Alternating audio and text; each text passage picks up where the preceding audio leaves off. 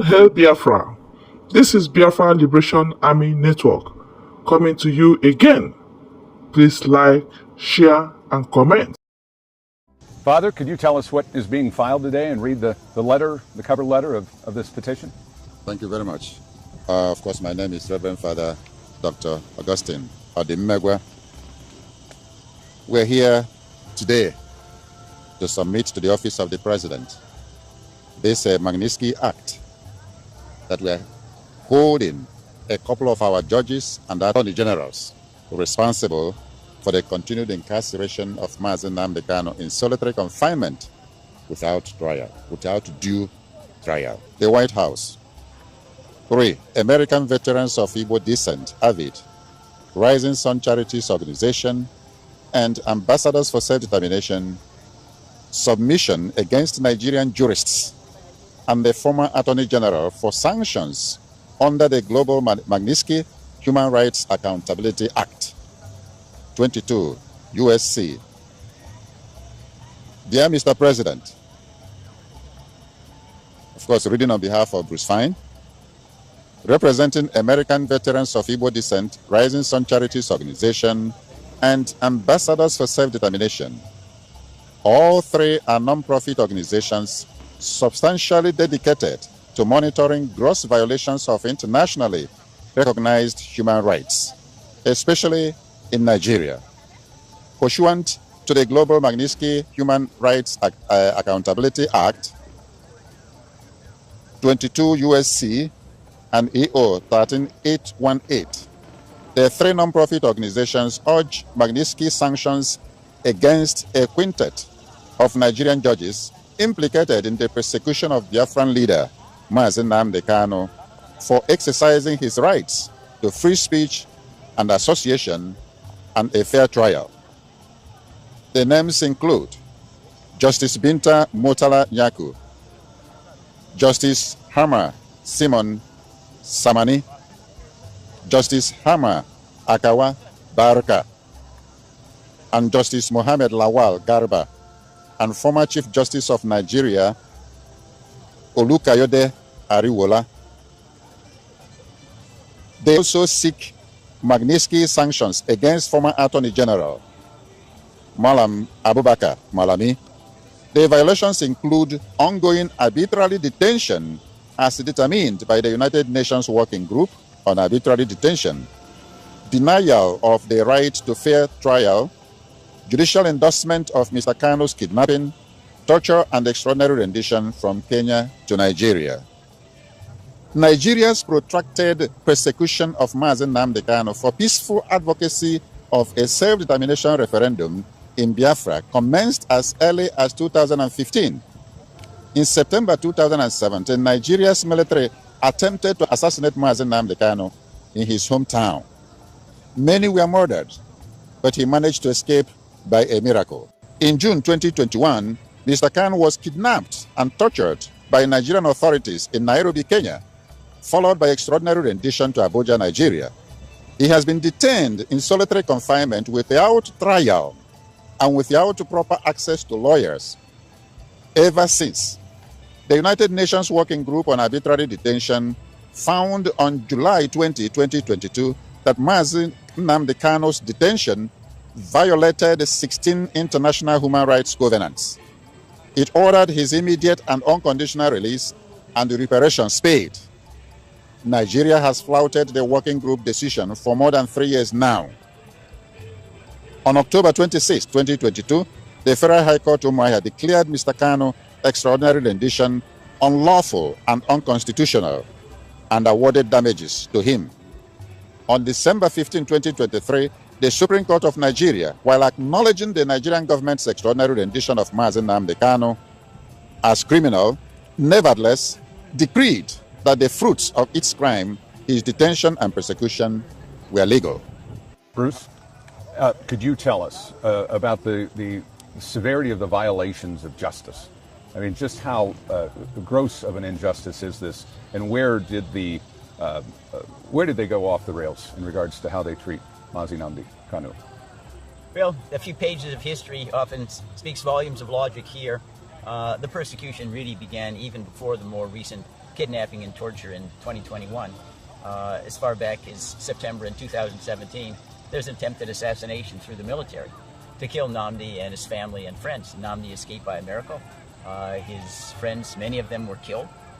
And all of this is in violation of the international human right to seek self-determination. Indeed, that right was announced almost 250 years ago in our American Declaration of Independence.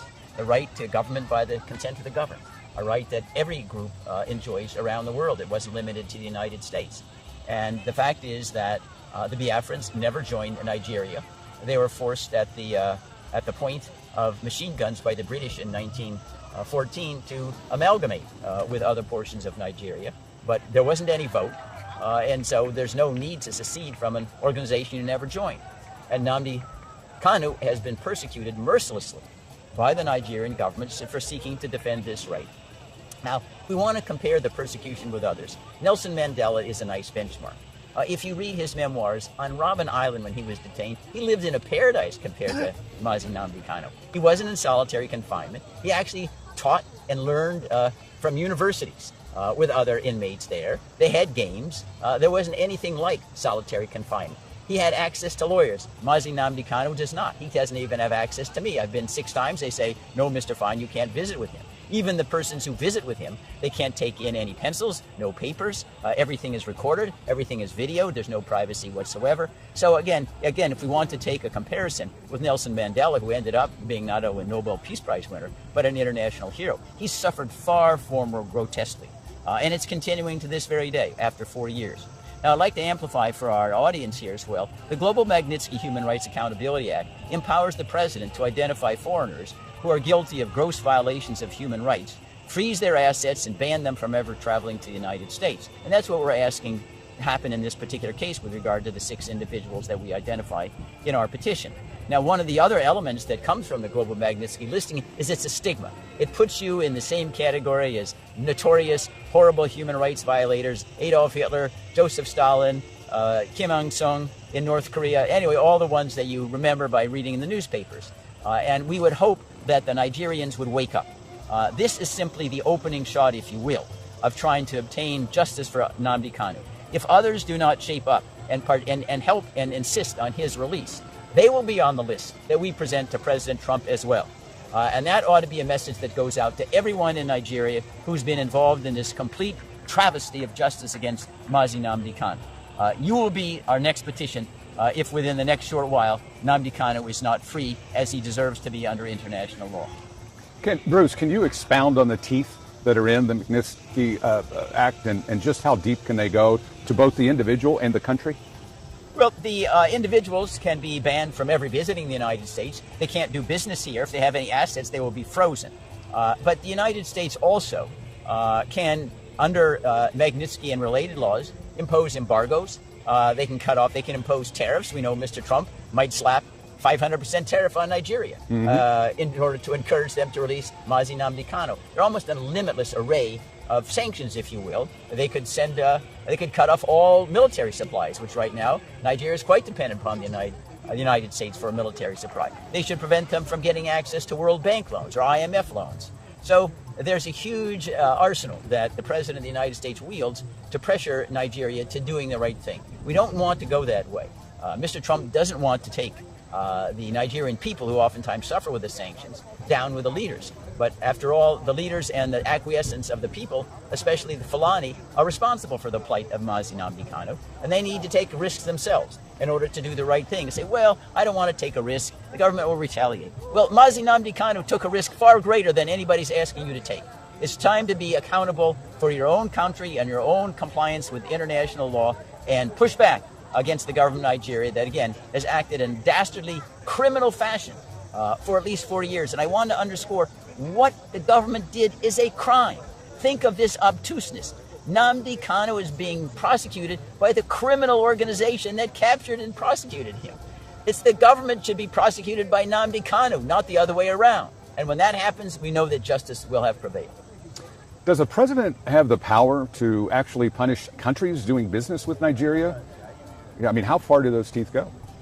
No, I mean, we can see right now with regard to the use of the tariffs, Yeah. if you call tariffs, punitive tariffs, 100, 200%, the answer is yes. The president does have that authority under emergency powers and existing sanctions that Congress has allocated to the executive branch to do those things. But I don't believe in this particular situation, Mark, there really is much space between the president and Congress.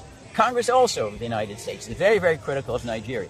The chairman of the House Foreign Relations Committee, Chris Smith, has been a bitter critic of Nigeria for long years. And Congress could do something like expel Nigeria from the United Nations.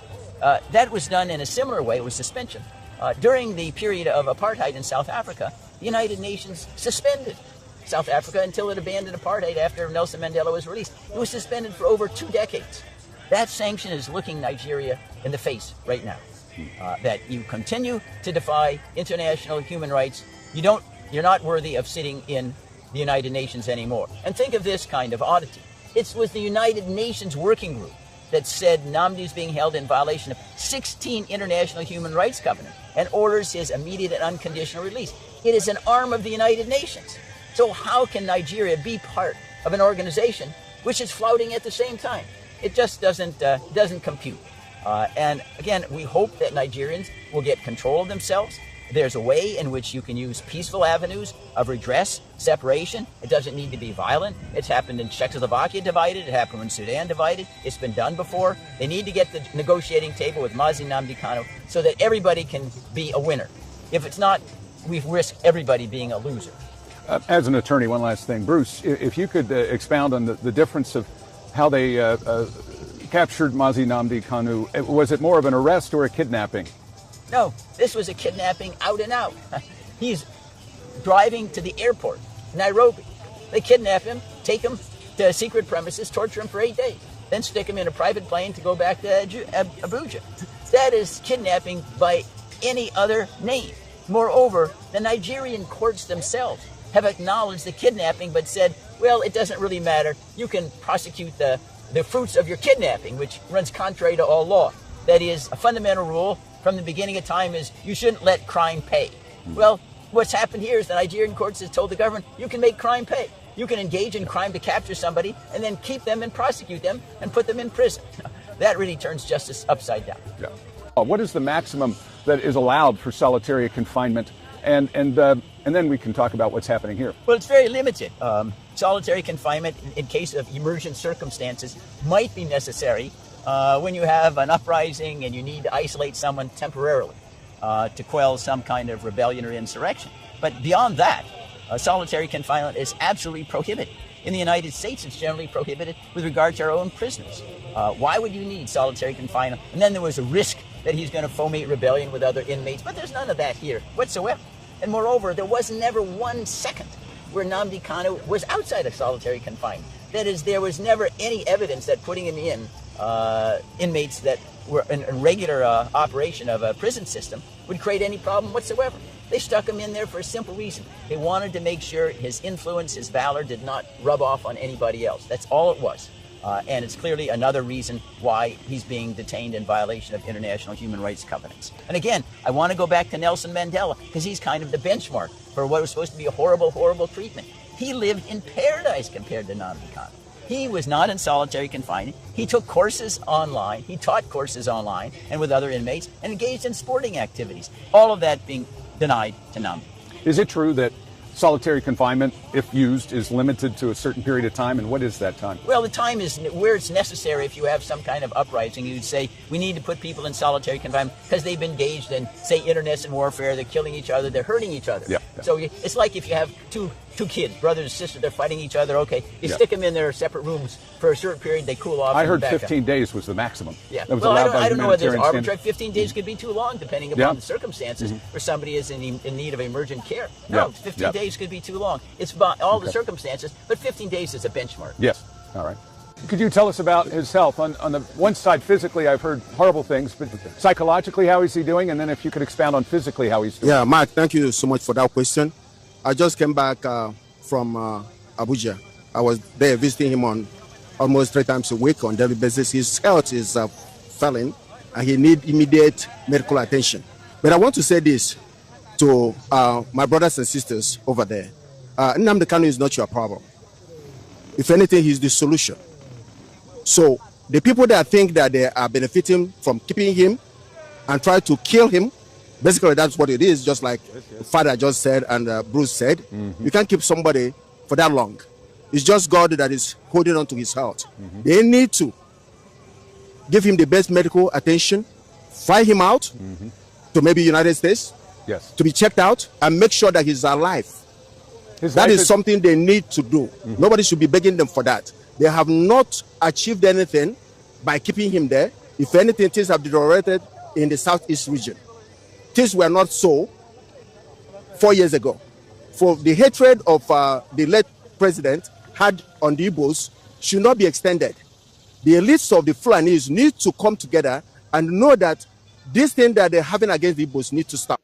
My name is Dr. Uzo Eric Chukwu, member of AVID, American Veteran of Igbo Descent. I am addressing the issue where Kenyan government that helped Nigeria kidnap Nnamdi Kanu has agreed to their error, and they have awarded him token reparation for what they did, and they have asked Nigeria to unconditionally release him. So if Kenya that helped them now understand that they made a mistake, Nigeria has no footing to continue to keep Nnamdi Kanu under detention and inhuman torture and punishment. This document contains the details of all the atrocities committed by these judges.